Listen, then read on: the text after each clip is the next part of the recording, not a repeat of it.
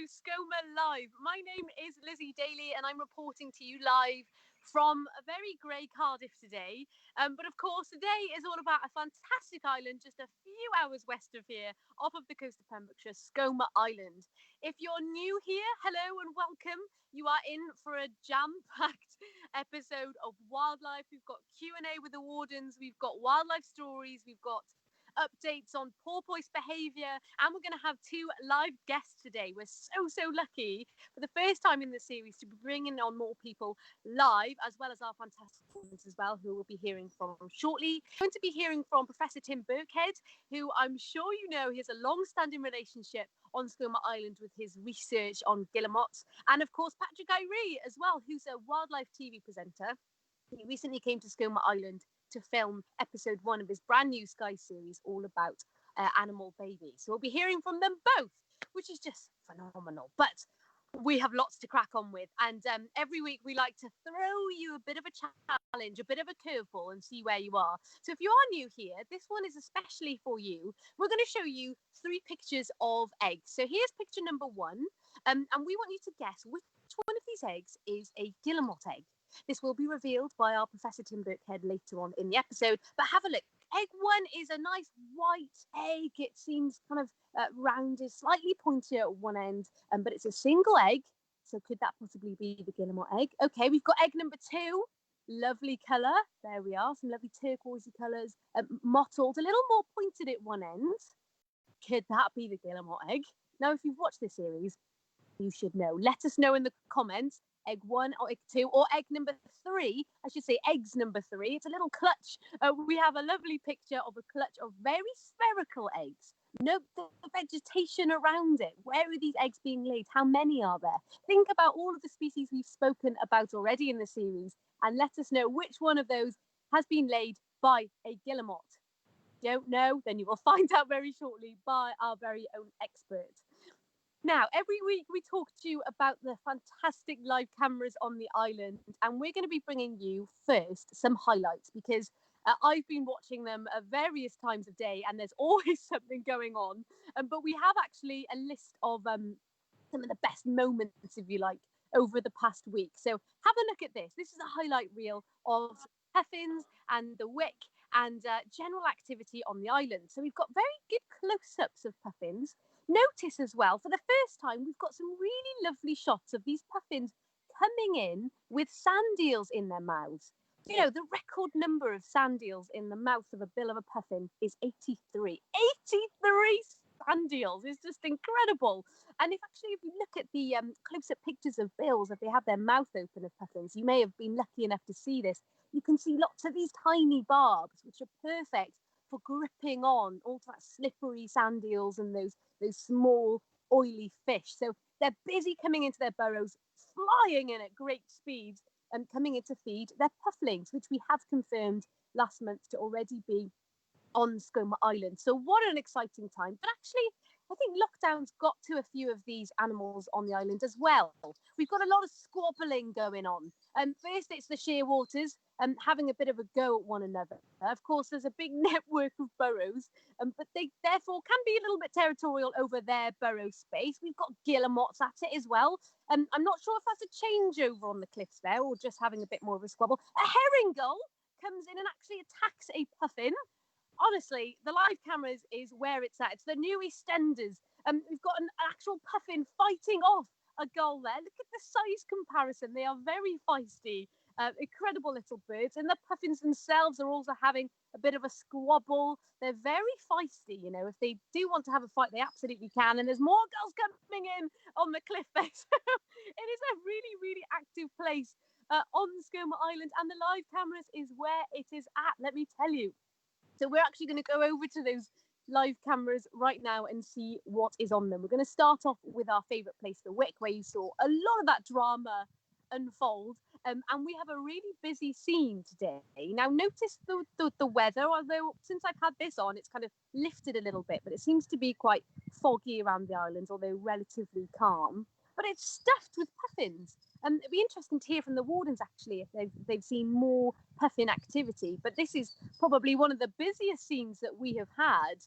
In previous episodes, we actually streamed live a little bit earlier, so I do wonder if having a later lunchtime hour means that we can book them in, book more puffins to actually get on the wick for them. Who knows? I'll have to ask them in the waters.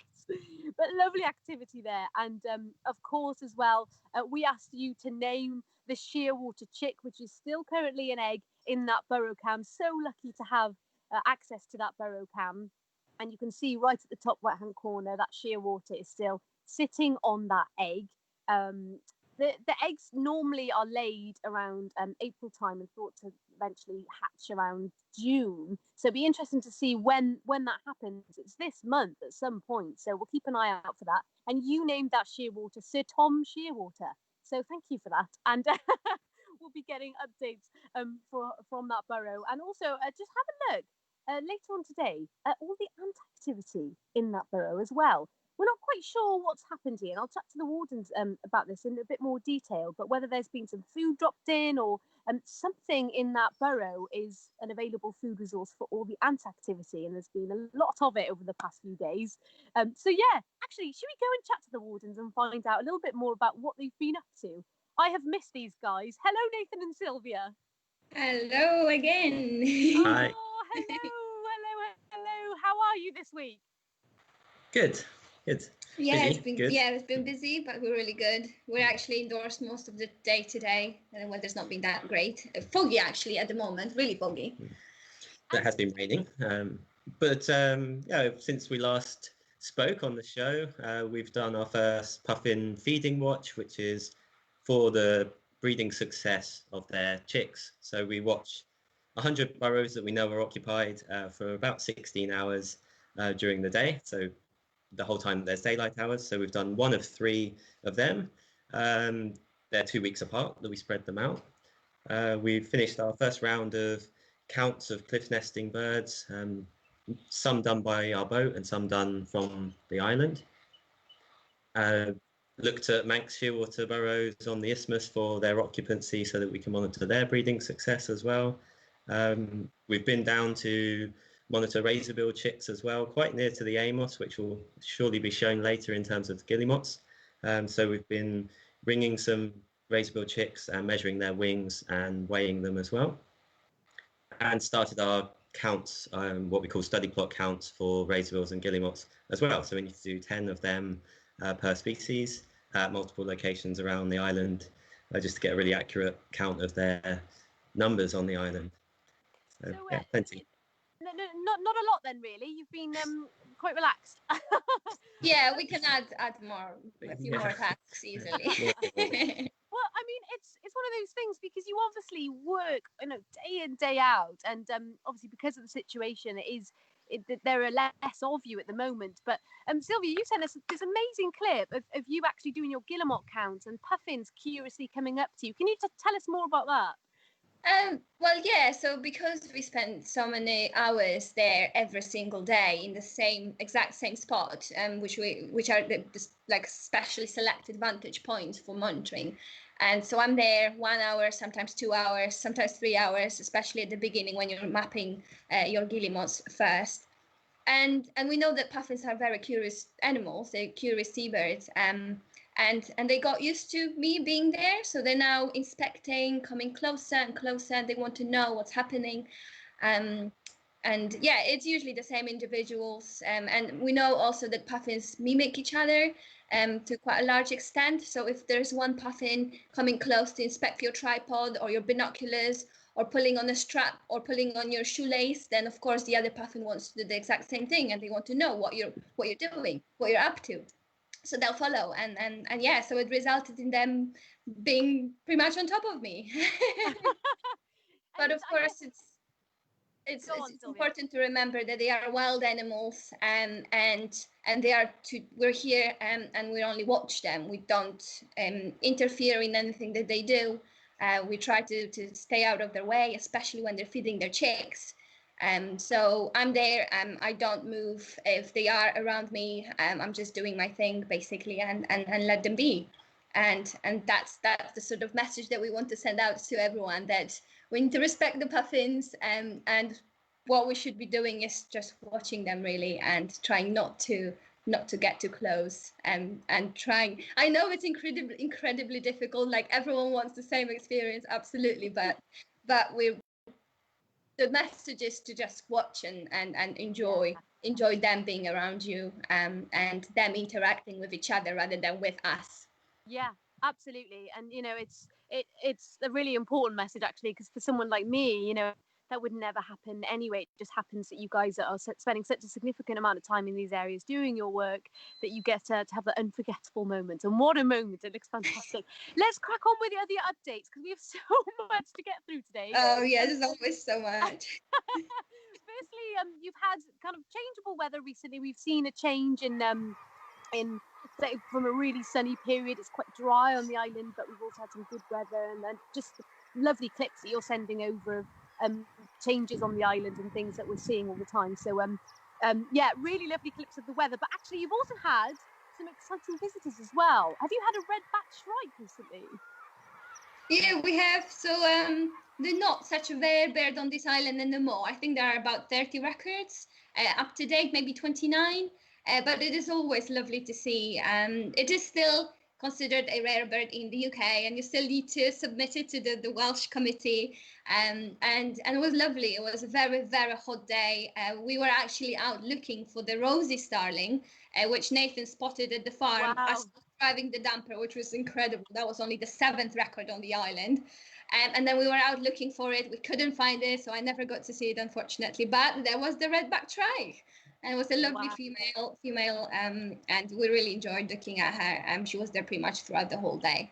That's brilliant. And for those who don't know what shrikes are, they're the fantastic birds, and they're most famous for their feeding habits, if you like, aren't they? For impaling their food on thorns and things like that. So did you see any of that feeding activity, or was it just a quick sight? Yeah, so we knew it was there all day because we saw it by walking back and forth from our different monitoring sites rather than too much time to spend and watch it, unfortunately.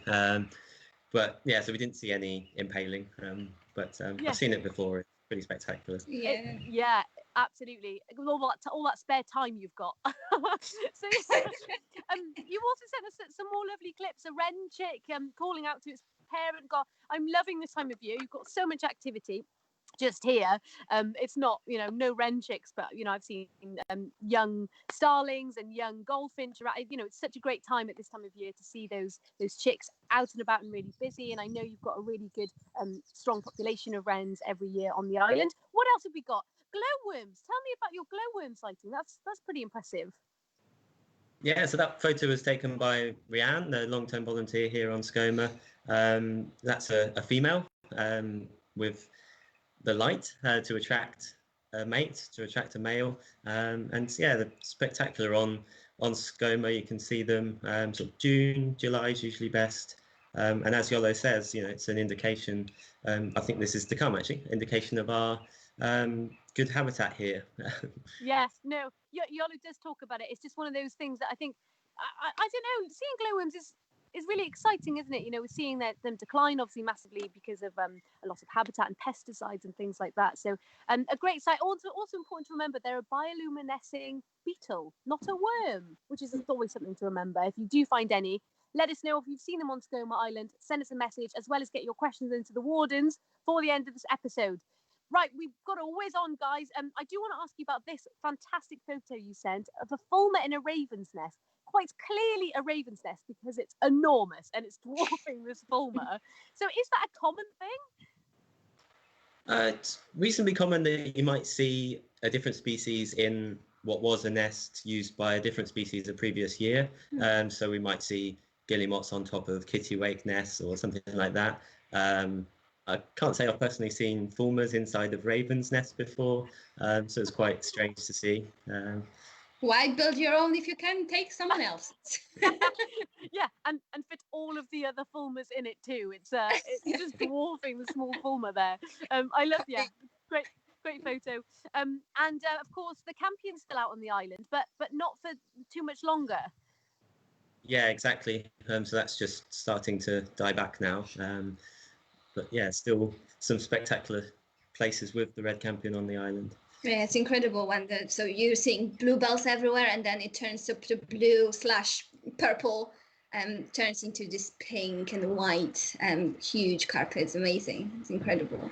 And then it's almost, I think I'm right in saying it's almost like then you get this wave of brown from all that bracken as well, kind of later in the season. There's so many different stages to the colours of Skomer. It's awesome. Yeah. And just to finish on, tell us more about the shovelers on the island, because you've got a nest, which is such an awesome find. Yeah, we know that there are quite a few pairs around, and we almost never see their chicks. I suspect that it's because it's so slow. Like, I did see one this year on the green pond with a female, and then it was gone on the following day. So they were incredibly slow. So when you look at the shelducks, they incredibly fast actually when they're following the parents, and that's really not the case with shovelers. So of course they are more vulnerable to the predators. But yeah, it was an incredible find actually. It was Nathan who found it, as we were searching for other things in the field. And yeah, really, really nice. I think there are at least 5 pairs or 4 or 5 pairs on this island this year, which is really cool. Okay, this is exciting. I want shoveler chicks, please, very soon. Well, thank you, Wardens. We're going to come back to you at the end with some of the questions asked by those watching. Already getting questions and comments in already. So thank you very much, and we'll see you a little bit later. See you soon. Oh, love those two. And there's somebody else who I've been missing on this series. He started off out with us is, of course, the one and only Iolo Williams, Wales's favourite naturalist and cake-eating ornithologist, and he's sending us reports every week. He's busy at the moment on the fantastic Spring Watch, which I hope that you are watching. But here's his little message to tell you more about the behind-the-scenes of Skomer Island wildlife. Hello, it's me again, Iolo. What I thought I'd do this week was talk a little bit about some of the creatures maybe Skomer isn't famous for, you know, and it struck me when I went out there, I've been out there several times of course, about these different birds, mammals, invertebrates that you find on Skomer, unexpectedly so. And I remember the first time I went out at night, we'd gone to look for Manx shearwaters, and finding slugs everywhere, the big black slugs. Aryee is the Latin name. Huge, great big black things. They're common, they're widespread. But I don't know what it was about Skomer. They seem to be bigger, you know, seem to be bigger and chunkier. And because you got slugs, well, one of the reasons they do well there, I think, is toads. There were toads out at night, absolutely everywhere. You had to shine the torch by your feet to make sure you didn't stand on them, either the slugs or the toads. You know, they were literally carpeting the island on a damp, warmish night. But there are other things, slowworms. I know you've spoken about them on the programme, but remarkable, the size of them. I'm sure they're bigger than the ones I see here on the mainland. Great big chunky things, beautiful things of course, but great big chunky things. And one of my favourites as well is glowworms. If you time it right going on Skomer and you go for a walk at certain bits, you know, all of a sudden these little lights light up, glowworms, and that's a sign of nobody using pesticides. You know, there's no herbicides, no fungicides, nothing like that. So they do well out there, and it's a shame that we don't see a lot more of them out here on the mainland. We're 1 or 2 pockets of Montgomeryshire, but that's it. They're virtually gone now, but they're still on Skomer, which is fantastic news. And then one of the joys is going on to Skomer in sort of late April, early May, and walking out by the farmhouse in the middle there, and the whole area there can be a carpet, a real carpet of bluebells, particularly, you know, giving this purpley blue sheen. There's also red campion there, that gives it that pink, that lovely pink colour. And when they're both at their best, if you time it perfectly, the whole island is absolutely stunning. And on top of that, there's a whole host of small birds as well that you get. I remember one of the wardens, must be 35 years ago now, Steve Sutcliffe, a big mate of mine now, he said, okay, you know, once you go out and survey the small birds, some of the passerines here. And I said, small birds, surely it's all about seabirds here. And he said, no, get out get there. So out I went and surveyed. I remember surveying for whitethroats. I think it was dunnocks as well. Wrens was another one. And you'd be surprised, you know, tucked away in these little pockets, you've got these small birds too. So when it all opens up, hopefully it won't be long. It's more likely to be for most of us next year now. Don't forget, when you're there, enjoy the seabirds, enjoy the puffins. Everybody loves those. But keep an eye out for these unexpected things as well. Take care. Gosh, I thought Iolo was going to do a bit of a header then under that goalpost. But yeah, I mean, he totally summed it up fantastically. It's like the other side of Skomer Island that a lot of us perhaps haven't seen if you haven't stayed on the island overnight. It just comes alive with toads and glowworms that he mentioned there as well. Now, I'm really excited because we are going to be introducing our first live guest. Patrick Ayree, who's a wildlife presenter, he's a biologist, he's a wildlife filmmaker, he's an all-round talented wildlife expert. He's fantastic. And I've known him for quite a while, and he has just had a brand new Sky series come out called Animal Babies. Have a little look at the trailer for it. Every day across the planet, animals are taking their first steps. Hey. They're all united by the same challenge: to make it beyond this most vulnerable time of their lives.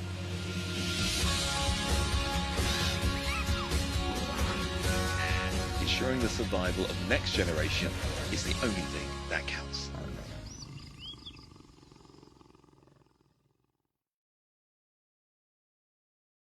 There we go. So I mean, just a little taster of what's to come. And we're very lucky that he actually went to Skomer Island to film the Pufflings. And I'm going to stop talking and actually introduce him. He is with us here now live. Hi, Patrick. Hey, what's going on? How you doing, Lizzie? Oh, I tell you what, I'm very excited to have you on. And this series looks absolutely incredible. So firstly, obviously it's featuring puffins and pufflings, but what did you actually film while you were on Skomer Island? So this trip was a while ago now. I was on Skomer Island in July 2017, and we were there to film the puffins and also their little chicks, the little hatchlings, which are called pufflings. What an amazing name. Whichever scientist or naturalist came up with that deserves a gold star. Now, it was a while ago, so I've had to bring up my notes. We were there working with a biologist called Dr. Annette Fayette from Oxford University, and she was doing a couple of things. She was essentially trying to figure out where these puffins go, putting tracking devices on them, seeing how far they dive, where they walk about when they're on land. So we were kind of sticking close by her, going to some of the burrows and the nests and trying to listen out for these pufflings. So yeah, it was amazing. We're basically there to tell the story of how both the adults are making these arduous journeys out to sea to try and catch food, fish, for their chicks, and then also what happens after that 6-week period once those chicks are slowly getting fat or fattened up by their parents to then fledge out to sea. So it was amazing getting to go onto Skomer Island and experience that and film it. Yeah, no, it's such a magical place. We've actually spoken to Annette way kind of earlier on in the series. So, I mean, you totally would have seen the ins and outs of all those detailed processes when those chicks get weighed and monitored and what happens in that busy season. So, gosh, what an amazing thing to follow. And do you have like a favourite moment from Skomer Island? I mean, what was your impression of the island itself? You know what, so funnily enough, I was only there for a day. Oh, no. So yeah, I know. I was meant to be there for a bit longer, but I think the weather came in. Something happened where we had to change the schedule really, really quickly.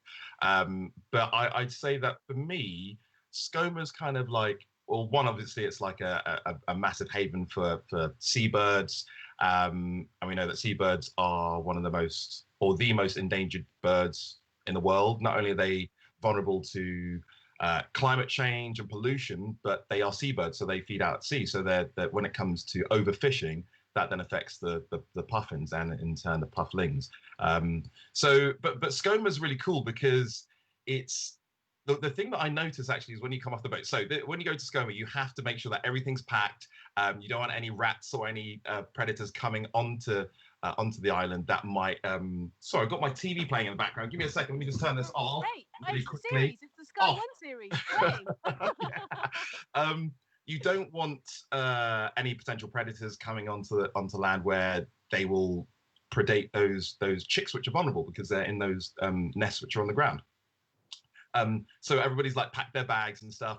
But as we're going out to the island, it was the surrounding sea, it's the ocean that really kind of caught my attention, and just how crystal clear it is. The thing that I would love to do is to get into the water with those puffins. I understand we get like porpoises around the island, seals. Lizzie, I think you've been in the water with them, haven't you? Am I getting that right? Yes, yeah. Just off of where we're actually seeing all the footage of the puffins on the live cam. I had a little bit of a snorkel, if you like, or a bit of a dip in there. It's just incredible seeing them kind of falling off of the sides of the cliffs, the guillemots and the puffins. It's just incredible. And I love that you highlighted that crossing over, because you feel like you're going into like Jurassic Park, don't you? Yeah, totally. It's like stepping into another world, and I think that's one of the great things about Skomer. It feels like a nice little this, like you said, like stepping into Narnia, or going onto Jurassic Park, or stepping into Narnia. It's amazing, and it's like a little wildlife haven.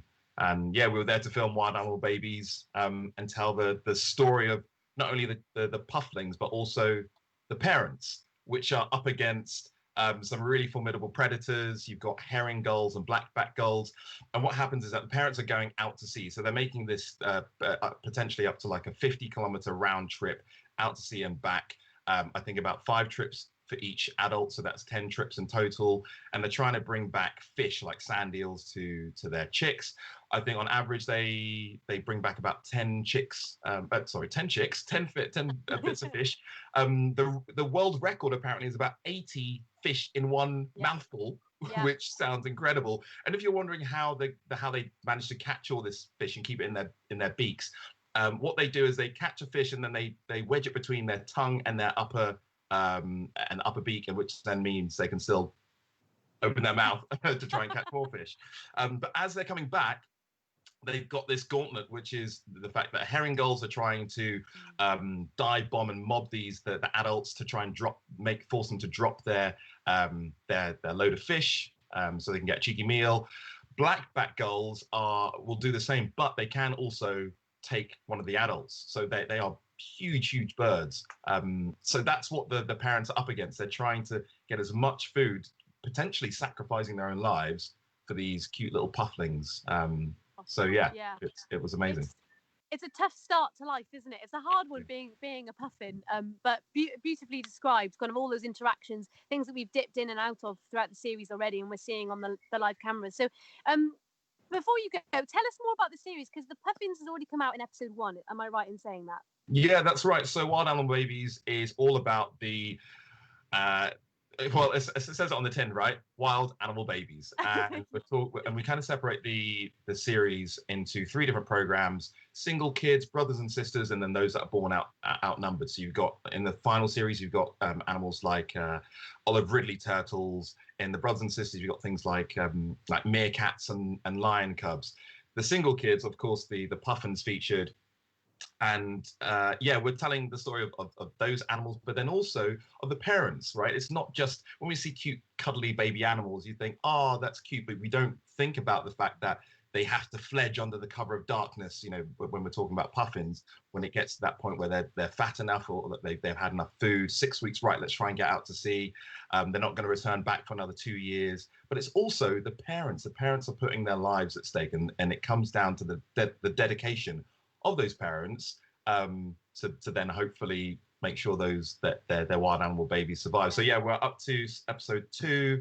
Episode 3 goes out on Sunday on Sky Nature. It's available on demand. If you've got Now TV, you can check it out as well. Lots of awesome stories. Awesome, fabulous. And Patrick, a day is not enough on Skomer. You're gonna have to come back out, I think. Yeah, I'm waiting for my invite. Okay, there it is. Is it in the post? If you're still listening, then Patrick's coming out soon as we can. Patrick, thank you so much for joining us. It's been thanks for having me. And look forward to seeing more of the series. Yeah, sounds great. Thanks, Lizzie. Thanks, Patrick. Bye. Oh, fantastic.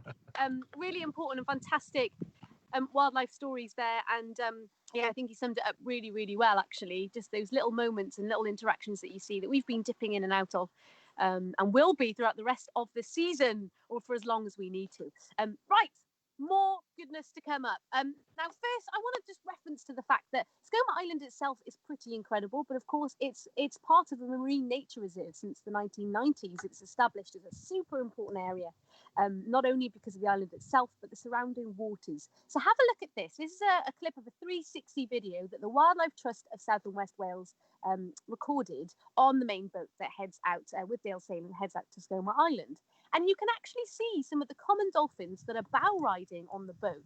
This is quite a common sight. I don't think I've ever been to Skomer Island slightly offshore where I haven't had a sighting of a common dolphin or bow riding, and it's a really incredible thing to see. But it's not the only cetacean that you get around these waters. Patrick mentioned the porpoise as well, Harbour Porpoise, which use that kind of upwelling of nutrients around the Jack Sound just outside of Skomer Island to feed. So you get quite a lot of sightings of porpoise there, and the wardens talk about this and how often when they go get their food shopping, which arrives on a boat, they often see Harbour Porpoise. So if they're heading out on the boat to do monitoring, they see porpoise then as well. I've seen Risso's dolphins a little bit further offshore. It is just teeming with cetaceans and wildlife. And of course, the Living Seas Wales team have teamed up with the Wildlife Trust of South and West Wales to bring marine stories and people's connection to marine environments in these areas together. And we're going to be hearing from two of the teams. So first, Nia Jones is going to tell us a little bit more about those lovely, elusive harbour porpoises.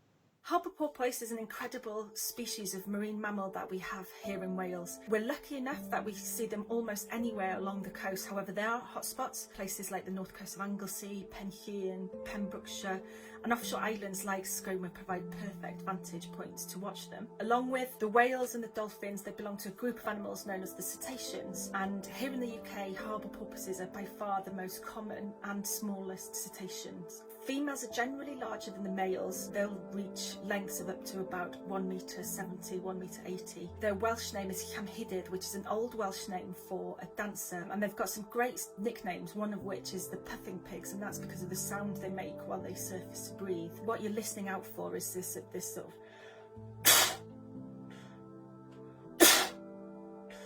this sort of explosive exhalation just before they inhale again. Porpoises have a dark back and speckled sides, and they have a white underbelly. They lack the distinct beak that a dolphin has, so their face is quite rounded. They've got a small triangular dorsal fin. Harbour porpoises are also much shyer than their boisterous cousins, the bottlenose dolphins. They tend to shy away from boats. Harbour porpoises have to eat pretty much constantly to get enough energy to keep warm. A young porpoise, for example, might have to eat about 8% of its body weight just to survive. So if you're lucky enough to go out onto the coast, here are my top tips for watching harbour porpoises. First and foremost, always take a pair of binoculars with you. Chance encounters are always rewarding. You never know what you might see, and you will kick yourself if you don't have a pair of binoculars to hand. Secondly, take a picnic. Make sure that you've got enough time to keep an eye out, to watch, and to just see how the sea changes over a good few hours. Thirdly, look out for seabirds. Gannets are a really good indicator that there might be porpoises offshore. If you see them circling and diving, quite often you'll see harbour porpoises feeding in the same area. They're feeding on the same shoal of fish. Fourth, look out for where the water currents are moving against each other, the tidal races. Look for patches of rough water and upwellings where the water may go smoother. Quite often you'll see porpoises in these areas just because they're great fishing ground. There we go. Yes, so fantastic spotting tips there from Nia Jones, and just lovely to spend some time, sat down with a pair of binoculars and a cup of tea and have a look out for those porpoise. Now, a very interesting thing called porpocide has been a noted behaviour, and also Sarah Perry from the Living Seas Wales team knows a little bit more about this behaviour and actually has seen it for herself. Take a look at this. For decades, scientists have known that bottlenose dolphins attack harbour porpoises, an act known as porpocide. It is a behaviour that has been documented around the world. In comparison to the small harbour porpoises, bottlenose dolphins in Welsh waters can grow up to about 4 metres in length. Detections of both species in the same place at the same time is rare, however this does occasionally occur. Dolphin attacks on harbour porpoises are in fact commonly recorded around the UK coastline. From the few direct observations that ourselves and other researchers have documented, it appears that more than one dolphin is involved in the attack. Since 2014, researchers from the Cardigan Bay Marine Wildlife Centre have observed this behaviour firsthand on 6 separate occasions. During such attacks, the dolphins exhibit aggressive behaviours, including sandwiching the porpoise between 2 dolphins, drowning the porpoise, repeatedly pushing the porpoise underwater, and tossing the porpoise out of the water and ramming it from the side in a high-speed, very aggressive manoeuvre. The injuries sustained from these behaviours are often fatal, and the reasons for attacks are not known. Various theories have been proposed, including prey competition, practising infanticide, and heightened aggression in male bottlenose dolphins. Around the Welsh coast, attacks by bottlenose dolphins are one of the major causes of death in harbour porpoises.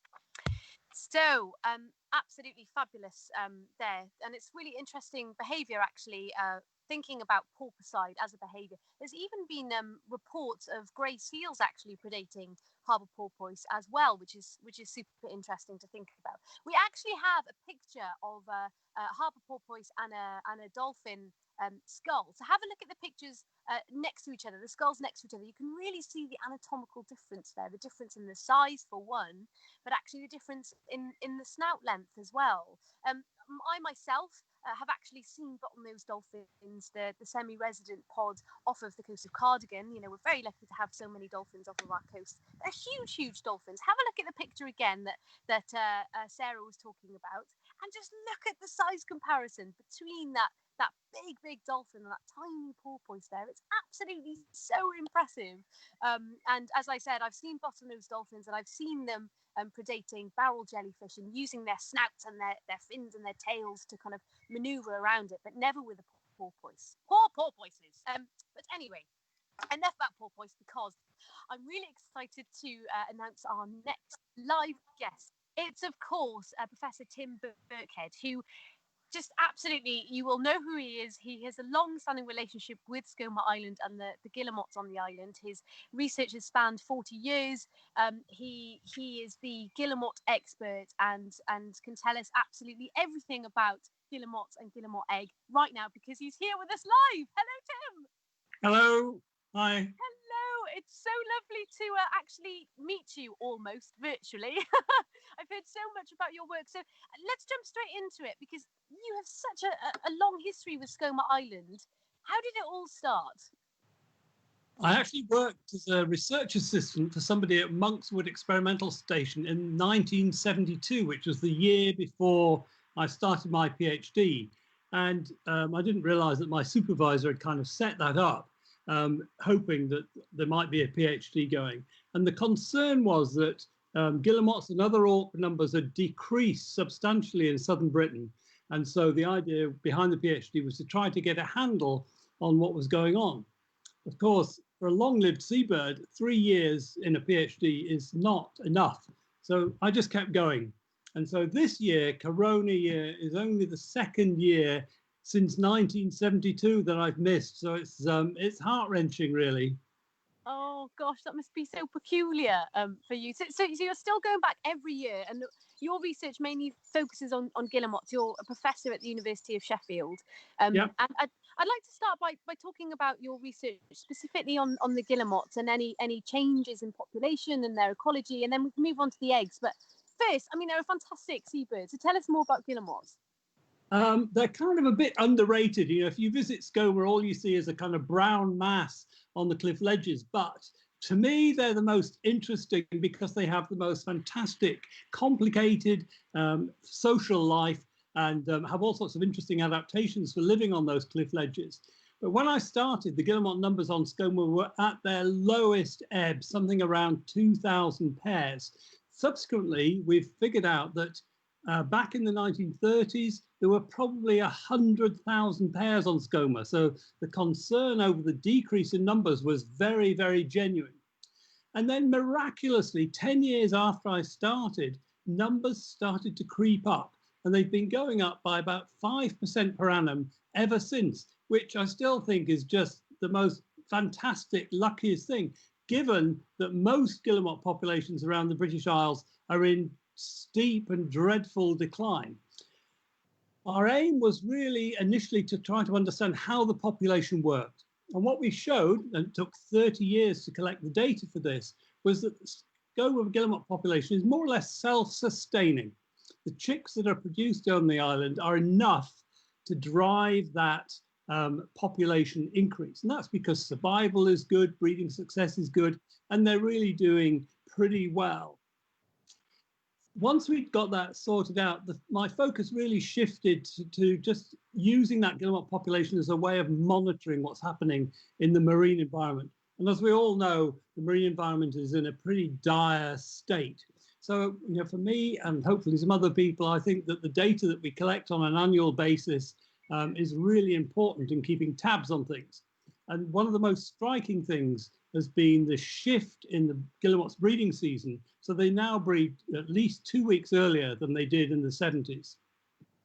Gosh, wow, yeah, big changes, and that's largely down to these impacts on our environment through climate change, etc. Or is that, will we see that changing rapidly from early in the season and late in the season on as we kind of continue the research?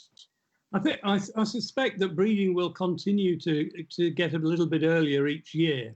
So, I mean, a 2-week shift is actually pretty striking. But in fact, if you look at what the BTO have done, their records show that quite a lot of bird species have responded in a similar way.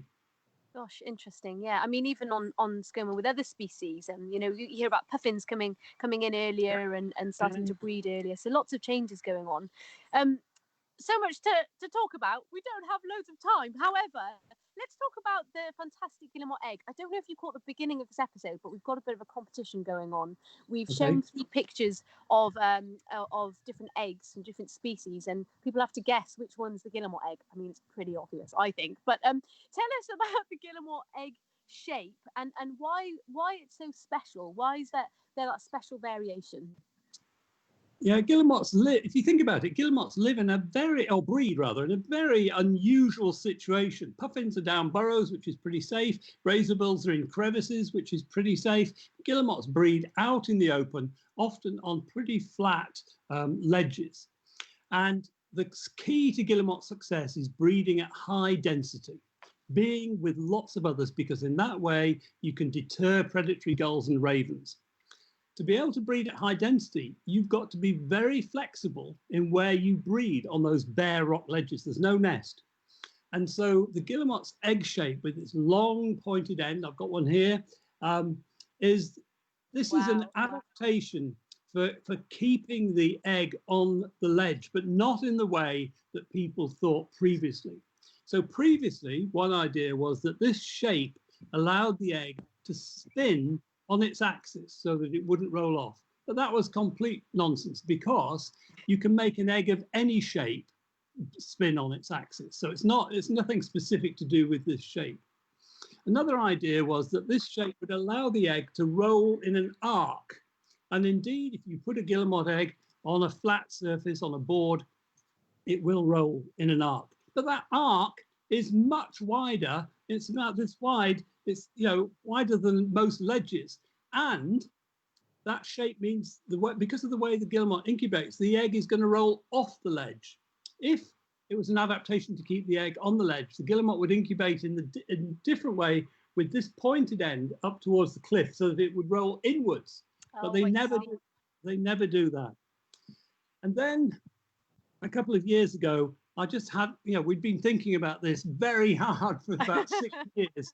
And then I just had this flash of inspiration, and I placed the guillemot egg on a steep bit of sloping rock, basically like this. And that shape means that because of this long surface here, flat surface, that shape means there's lots of egg in contact with the substrate that holds it in place. So we then did lots of experiments and showed that this is true. And if you compare that, say, with the razorbill egg, which is much more rounded, they just simply can't stay on a sloping ledge. And in fact, they never breed on a sloping ledge at all. So this pointed shape is to allow guillemots to breed and keep their eggs stable on sloping ledges, but they're fine on flat ledges as well.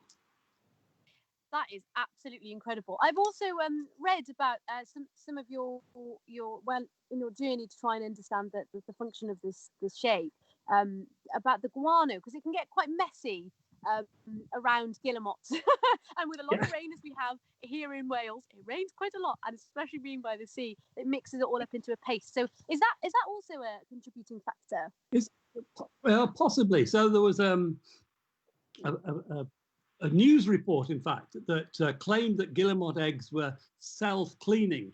But if you've ever been to a guillemot colony, as you clearly have, on a wet day, basically a guillemot ledge is like a pig farm, and the guillemot eggs get covered in muck. And one of our earlier ideas was that this pointed shape means that when the egg is lying on the ledge, this big end, the blunt end, is free from the muck. And so we looked at the distribution of the guano on the contaminating guillemot eggs, and it is predominantly towards the pointed end. So for a while, we thought that that might be the driving force between this pointed egg shape, but I think that the stability argument is much, much more convincing. Absolutely makes sense. And we actually shown, while you were talking, some clips of those shots of it being stable on that sheer cliff. So absolutely fascinating. Tim, thank you so much. Before you go, just because for people who haven't been to Skomer, we're trying to kind of share that understanding of what it's like to be there. So what's your favourite thing about Skomer? Obviously the guillemots, but if you could kind of sum it up in a few sentences, how would you do that? Okay, first of all, it is my favourite place in the world. I love it. I love the atmosphere. I love the bluebells in the spring. I love the sound of the guillemots. I love the smell of the guillemots. For a lot of people going to a seabird colony for the first time, they're repulsed by the smell. But I just love it. And after we've been ringing guillemot chicks, which we do every year, the smell lingers on your hands for about a week, and it's just fantastic. I'm sure that makes you a fan with your family and friends. They're used to it.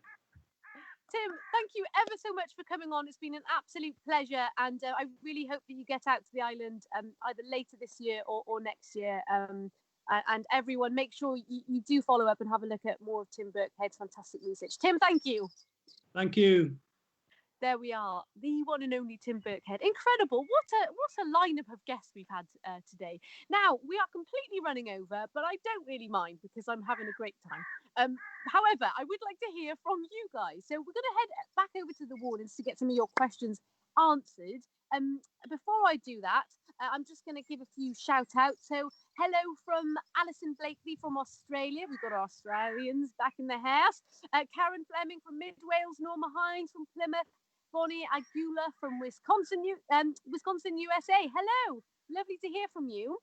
Okay, Wardens, are you with us? Yes? Okay. We are. Hooray!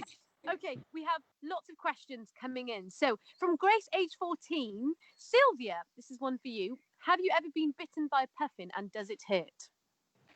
I have, but that was not when I'm monitoring guillemots, so not in that vantage point where I'm sat every single day. Puffins tend to do that when you stick your hand into their burrow. So when we monitor the chicks, when we measure them and weigh them, we often, of course, we have to do that to access them. And they have very powerful beaks, so they do bite, and they have bitten me, and it does hurt. Very strong bills. Very sharp claws as well, yes. Yeah. Okay, we've got a great question from Ollie. I'm going to give this to you, Nathan. Ollie, age 8, would like to know if you've spotted any porpoise yet. We have. Perhaps not as much as usual. There's not as many human eyes to be looking out for porpoise this year as there normally is, but we've seen them from our boat when we've gone to collect food from the mainland. They often are hanging around either of the sounds that cross there with the fast running water. They like that. So we've seen them then, which is fantastic, and occasionally off of the island as well. Fantastic. There we are. A few more comments coming in. So hello to all the St John's Beaver Scouts in Tunbridge Wells. They're watching as part of their badge work. Top work. I hope you've enjoyed the episode. Let us know if you did. Say hi to the Wardens. Catherine Gogarty is watching from the USA.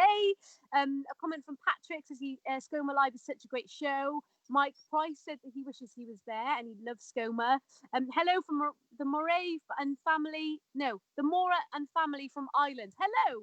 I'm just trying to whiz through as many as I can here. Mary Potter loves the name Puffling for puffin chicks. I think Patrick nailed that, definitely. J. Thomas honeymooned on Skomer. I'd also like to give a little bit of a shout out because earlier today I got a tweet from a lovely couple who it's their anniversary today. So happy anniversary. They were meant to be visiting Skomer to celebrate. They first met on the boat crossing over to Skomer Island. So how incredible is that? And they got in touch to say they love Skomer Island. So happy anniversary to you. Loads of questions. Okay, a question from Daniel Williams. He loved the porpoise update. What other marine wildlife can you see from Skomer? And do you get to see any whales? It's a really good question. Yeah, it's a good one. Yeah, so we do see other marine wildlife. Of course, we have mentioned the seals, the grey seals, before in previous episodes. There is an occasional common seal seen off of Skomer or sometimes around Skomer. Whales are quite rare around these waters, but we know that minke whales do make their route here sometimes. There have been some sightings of pilot whales in the past, which we know of. Basking sharks. Can you think of anything else? They're the main ones. They're the main ones that we know of anyway. Just a few, yeah, just a few. I think it was the year before last, and there were reports of minke whale around, which is quite exciting. So, yeah, lots around Skomer Island. Great question, thank you for that. And we have time for one more. Jessie Thompson asks, why are guillemots declining around the rest of the UK, and what are their biggest threats? So, Tim addressed a few of them there, but over to you, Wardens. I mean, it's Skomer Island is so unique in that many of the species and populations there are doing quite well. But what are their main threats? Yeah, well, one of the main threats is climate change, which causes a rise in sea temperatures, which impacts on the zooplankton, which is the food source for sand eels and other small fish, which are so important for seabirds. So the zooplankton is becoming less numerous and also less nutritious as well. So there's less sand eels and other small fish, and the fish themselves are less nutritious as well. One of the theories as to why Skomer's not doing quite as bad, or is actually increasing populations for some species, is we're bouncing back here from World War II, where there was lots of oil spills, which is obviously bad for seabirds and other marine life. So we're kind of bouncing back from that, but also slightly less impacted on by climate change at the moment. There we are. So, yeah, thank you so much for answering that, Nathan. And thank you all so much for your questions. That's all we've got time for today, unfortunately. Wardens, we are coming back next week again. And we have a very special guest joining us next week. Do you know who it is? Have we told you? You know, don't you? We do. Yeah, why don't you tell everyone who's coming on as our celebrity guest? Well, I don't know. Do we want to reveal it so quickly? I would say we've had a 55-minute show. So, yes, let's give it to the people watching. Go! Martin Sheen. Michael Sheen. There we go. So the Michael Sheen is coming on next week to talk about his love for Skomer Island. And, of course, you guys will be back next week. Thank you ever so much. And, yeah, we'll see you next week, Wardens. Bye. Yeah, see you soon.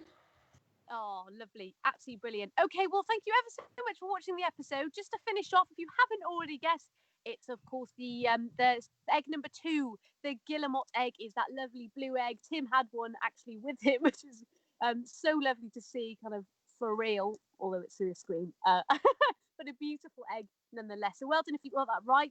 And well done if you guessed the other eggs as well. Egg number 1 was actually a puffin egg, and the clutch that you saw in picture number 3 was of short-eared owls. All eggs you can see on Skomer Island.